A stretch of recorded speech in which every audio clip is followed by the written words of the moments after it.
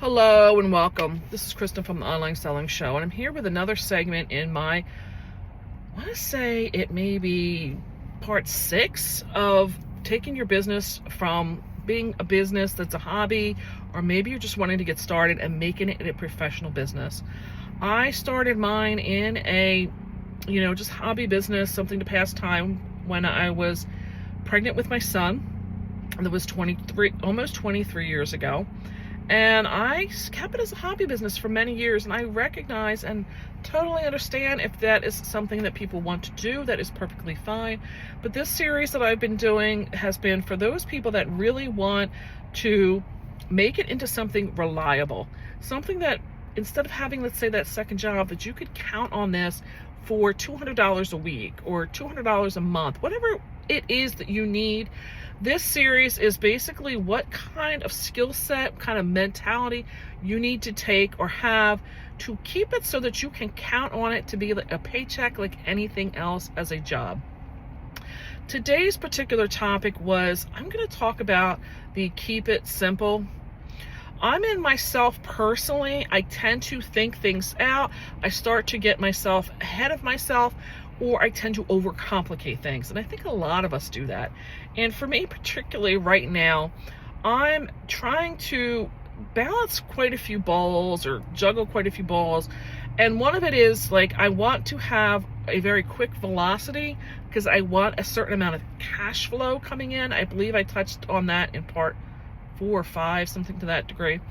And I'm also looking at how I can use various platforms, meaning I want to do Whatnot, and I want that to be like a place to sell things off quickly, but also use it as a clearance. And I want to have a way for my buyers to know where to go, meaning if they've seen a YouTube video and they want that specific widget that I picked up at a sale this week, I want to be able to direct them to them being able to quickly go over and find that good to purchase.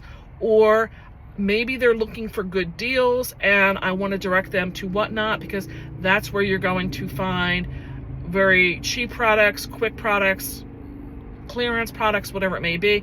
I have to know where to lead these clients through the various places of where to find me at. That is where I talk about going through the dance, is leading them through that. And I had a vacation that I'm just getting back from, and in my mind, I can already see where all of these things interact and how I can drive the customers and how it can work.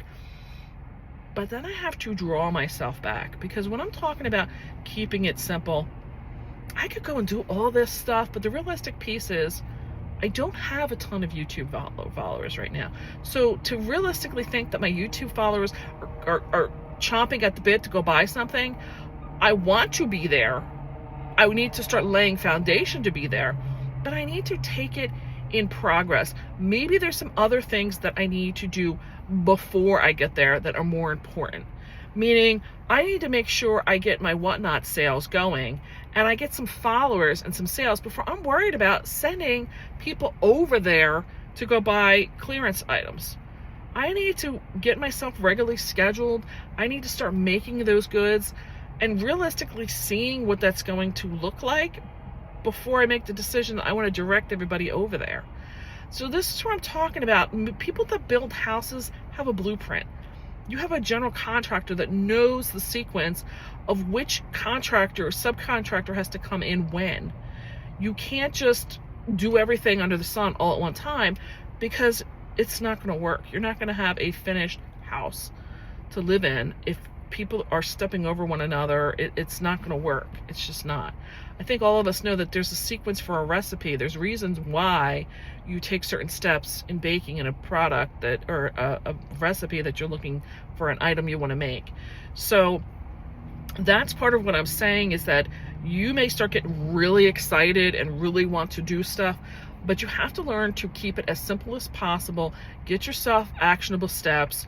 One of the other things that I know that people tend to get they get reactionary. This happened, so I'm always going to do this. Well, this may only happen once every 3 years. Do you really need to set up protocol if this happens? If it happens every third or fourth order you have, yes, maybe that's why. So look at things without trying to have an automatic overreaction to something, and get yourself business practices. I said in one of the early ones is that the business practices are going to work out best when they're yours, but you have to keep it so that you also can grow with it. Meaning, people tend to, I did it myself, where I'm going to list, let's say, a product, and I'm going to put it on every available marketplace that I could find. Maybe you're looking at Facebook and you're going to list it at every yard sale group you can find on there in your area. But if you don't have a way to go back, and you're going to say, oh, I'm going to end them all. Well, if you don't have a way to find where you listed them all, you may wind up getting kicked out of one that was going to be a really good group to be in, because you didn't follow their rules and you didn't take something down per se. Just things like, I used to have things listed on eBay, Amazon, and my website, and it was like, I'll just go and end it from the other two platforms when it sells on one. And you know what? If you get busy, I couldn't grow with that. Once I got to 10, 15 items a day selling, it was okay. I could manage that. But when you get up to 20 or 25, and now all of a sudden you're trying to juggle a full-time job and make dinner and do laundry and pack lunch, it really, you get to a point where it's like, did I do that? And you forget, and you're like, oh, I'll do it after the kids go, after give them the bath and I get them in bed, I'll come back and I'll do this. And then you forget about it. And then it's like 3 days later and you're like, oh my God, I sold that item again. And now you get yourself hung up because you tried to become overcomplicating things that maybe you should have just tried. Maybe you just put something on eBay for 3 months, and if it doesn't sell there, then I'll go over to Amazon, I'll try it there for 3 months. Maybe there's a protocol that you could make that's going to allow you to try this in and step it up, like I said. Or maybe you need to not worry about things where it's something that should be planned down the road 3 or 6 months later. Deal with what is here today. I'm not saying not to dream. That's not what I'm saying. But what I'm saying is, if you're going to dream, you need to take it in steps. Meaning, like, let's say you dream about going to Disney World as vacation. You're not going to just plan everything today and you're leaving tomorrow. You need to take steps. You need to save money. You need to buy the airfare. You need to make the dinner reservations. Get the idea from everybody where they want to go. I mean, you do kind of stage it out and take your time with it. This should be no different, is the idea of what I'm saying from this. I hope this gives you some good ideas of what to look for or expect in doing this. This is also telling you to step back and breathe. Maybe you're seeing people out there that are in these YouTube channels and they're doing so much, and you think, I'm not doing that much yet. They may have been doing it for 5 years, and that's why they're at the level they're at.